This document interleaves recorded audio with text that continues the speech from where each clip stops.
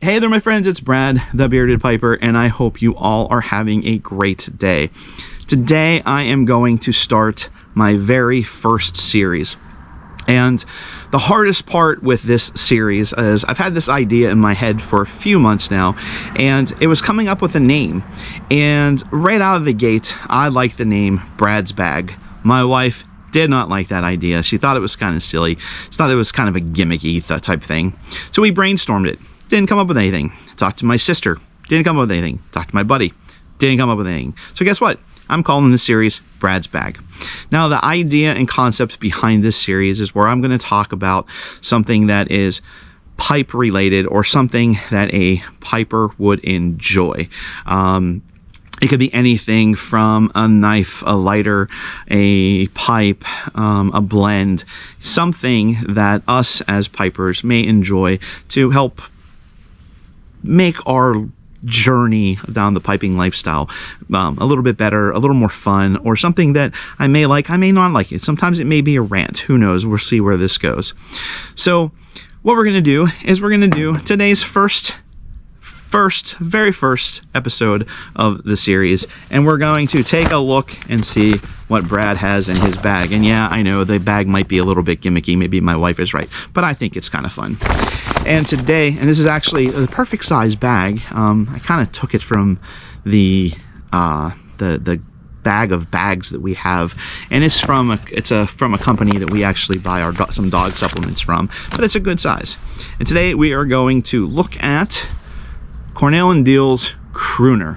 And that's typically how I do my labels, by the way. I put the name of the blend, who makes it, what the blend is. I just started doing that whenever I got that last shipment from a Black Friday sale with all of the different bulks, because sometimes I'll look at a blend. I have so many of them that are open. I'll look at a blend and they're not in a tin, and I don't know exactly what that blend is. Is it a vapor? Is it a burley? Is it an English? You know, opening it up and smelling it, you can get a good idea, but without opening it up, you know, it would be nice to be able to tell. So I started adding, see where I wrote deer tongue, because Crooner is a burley deer tongue blend. This is supposed to be the exact blend, the exact replica of what Bing Crosby enjoyed. I think it smells a lot like cinnamon. Yeah, more of a cinnamon raisin bread. That's kind of more of the take. This is what it looks like, and I know, let's see if we can spin the camera around where the sun, it would be my face that direction, but now you can actually see the blend a little bit better, and you can see right there, I think that is part of what is the deer tongue. So if you get motion sick, hold your breath, close your eyes, because I'm going to pull the camera back around to this side. So Crooner is a C&D blend, and again, it is supposed to be the exact replica of Bing Crosby's favorite blend. Although reading Jim Ink's review on the review site, he says that he doesn't think that this is actually a perfect match. He said that Bing, excuse me while I have my tablet here for notes, he said that we know for a fact that Bing in the 50s, his blend was Hayward mixture, but this is what we have available today.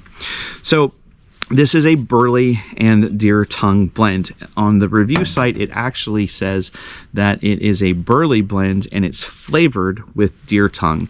And if you're not familiar with what deer tongue is, it's actually a plant. It is not it is a plant, and it's the leaf from the wild vanilla plant. And the Native Americans, which hopefully that's the PC term to use, used it to treat sore throats, and sometimes across the world they actually use deer tongue to help treat malaria. So whether or not it actually has medicinal purposes, I'm not 100% sure, but that's just something that I found in my research online, and you know what they say, if it's online it has to be true, right?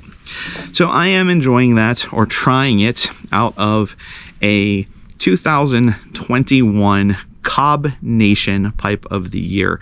Cobb Nation is a Facebook group, and every year they do a Pipe of the Year. When I got my pipes back out last September, I decided that I was going to be a Cobb guy. That was what my shtick was going to be. You know, all of these fancy briars and all of these more expensive briars, that wasn't going to be me. I was going to be this guy who enjoyed Cobbs. I was going to preach the Cobb lifestyle.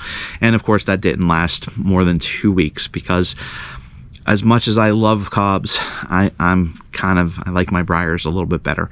So although these do perform very well, don't get me wrong, and if you are a Cobb guy, I mean no offense whatsoever, there is nothing wrong with that. And what was that Seinfeld episode? Not that there's anything wrong with that. So this pipe specifically, it's kind of a volcano shape. It says Cobb Strong 2021 on it, and it has a Forever stem on it that came directly from Missouri Meerschaum, and it came with a nice little Missouri Meerschaum lapel pin. So this blend, like I said, the tin note on it is very cinnamon raisin bread to me. That's what I get. But it does not taste like cinnamon raisin bread, because, of course, Burleys don't have that bready quality that a Virginia does, at least not to me. A lot of folks say that they get a vanilla taste from the deer tongue, and I do get a hint of that, but it's not a really super sweet vanilla. The Burleys do come through a little bit, but I think because this is my very first bowl, I am tasting more of the deer tongue than anything else. And looking in at the blend, it doesn't look like there's a great percentage of deer tongue in this, and I think the reason for that is because, again, some of the things that I've read online is if you overuse it, it is overpowering from the blend. So I do get some of that nuttiness, that woodsy, that earthy flavor from the Burley. I don't get any of the, like a Haunted Bookshop, I get kind of a mushroom taste to it. I don't get any of that from this at all. It keeps going out because I keep talking. So this is, by the way, the first time I've used this pipe. So I think deer tongue does ghost, and if it does ghost, this pipe has been ghost. It will be ghost by the time I'm finished.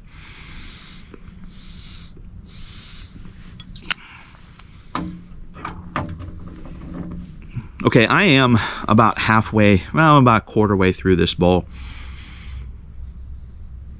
And there is definitely an herbal quality to the flavor. But like I said, I can definitely get some of the burley notes out of it, that nuttiness, that earthiness, that woody type of flavor. But there's definitely an herbal quality to it. So let me go through a little bit more, and I will be back. Okay, I am back.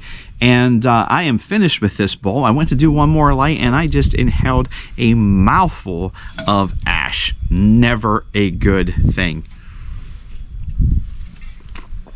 Usually with a brand new cob, when you get down to where the stem goes into the bowl, you get that that burning wood flavor, that burning wood taste in your mouth, which is very unpleasant. But I typically suffer through it for the first few bowls, and then it goes away. You lose that once it gets that char on top of it. It's kind of like seasoning the wood shank into the cob.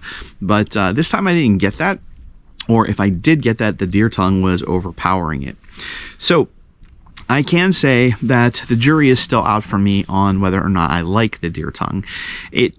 I didn't get much of the vanilla until the very, very end of the bowl. There was a little bit of sweetness that came through. But for the most part, the entire time, it was very herbal. I can't pinpoint it on a specific type of herb, but it actually made my lips kind of tingly. Average John did a review on this about 5 months ago, and he also commented that the corners of his mouth were kind of getting tingly, and that if he was going to go into anaphylactic shock, he would let us know, but he never let us know, so I'm assuming that he didn't. Being that deer tongue is an herb, I didn't think of that idea or that concept that maybe you could have an adverse reaction to it. But I did not. I definitely didn't. I am now starting, I kind of have a sweet aftertaste from the bowl. Even on top, even though that it got that mouthful of ash, I still have that sweet aftertaste. It's kind of on my lips, which I would assume would be the vanilla. And like I said, it is supposed to be the leaf of a wild vanilla plant. At least that's one of the things that I read on one of the websites that I was doing my research on. Overall, I would say Crooner is it's a decent blend. It's definitely something I will keep on hand. It's definitely something that I will have probably in my rotation on an occasional basis. I don't know if I will actually put it through my merchant service standard, my Bing Crosby pipe. Just for the fact that it does everything that I have seen or read or watched. Everyone says that it will ghost your pipe. Although Matches 860 said that even though it does ghost your pipe, it only takes one bowl of something that doesn't have deer tongue in it to take that ghosting out. So I'm not sure I'm willing to do that with a merchant service pipe, because that pipe, like I said, when I opened it and showed it to everybody, that pipe is kind of my dream pipe. It's at this point, it is my the one that I was chasing for a while, and it's the one that is probably most treasured by me. So what do I give it as far as thumbs up or stars or anything like that? Let's go on a scale of 5, right? So 1 being never again, 5 being Father Dempsey, one of the best blends I've ever had. So I'm going to say it's probably 3.5. It's not bad, it's not great, but I don't know on my first initial bowl of it.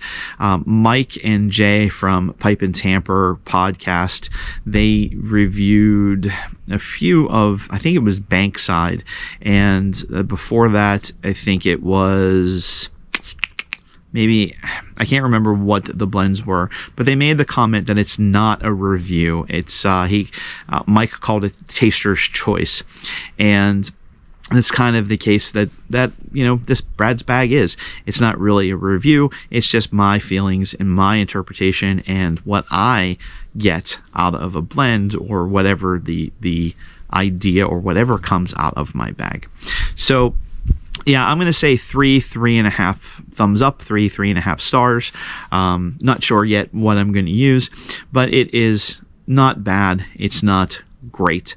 Although I can say, now that I'm done with the bowl and what I'm getting kind of on that post-bowl aftertaste, I really do like that. So the review site says that it is a pleasant room note, and I could definitely see that. I'm not big on retrohale. Silvio, I'm pretty sure that's how, sorry Silvio if I'm pronouncing your name wrong, from Vintage Pipe Nightmares, he asked me one time why I don't retrohale, and I can get more of a burning sensation from a retrohale in my sinuses than anything else. But I did retrohale this a few times, and again, I get more of an herbal quality, more of an herbal essence to it. At one point, I do think it kind of was minty, not menthol minty, but like if you've ever been out and about, or walking in the woods or anything like that, and came across a wild mint plant. When we were kids, we used to do this. You'd pluck a leaf off and you'd chew on it a little bit and get that minty flavor.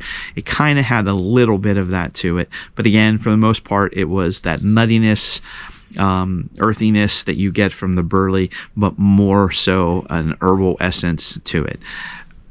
Matches 860 says that if you are a fan of Lakeland essence, which we all know that I am not, you would really enjoy this blend. I didn't get any of that Lakeland essence out of it, and it wasn't that way at all. So 3.5 thumbs up, 3.5 stars. I'm going to say 3.5 thumbs up, 3.5 stars. It wasn't that way at all. So I think more experience with it, I may have a little bit of a different opinion, and I'll eventually have a few more bowls of this and do a follow-up video. But that is my impression. That is Brad's bag. That is my thoughts and feelings. So until we talk again, my friends, remember, it is better to pack that pipe light than it is to pack that pipe tight.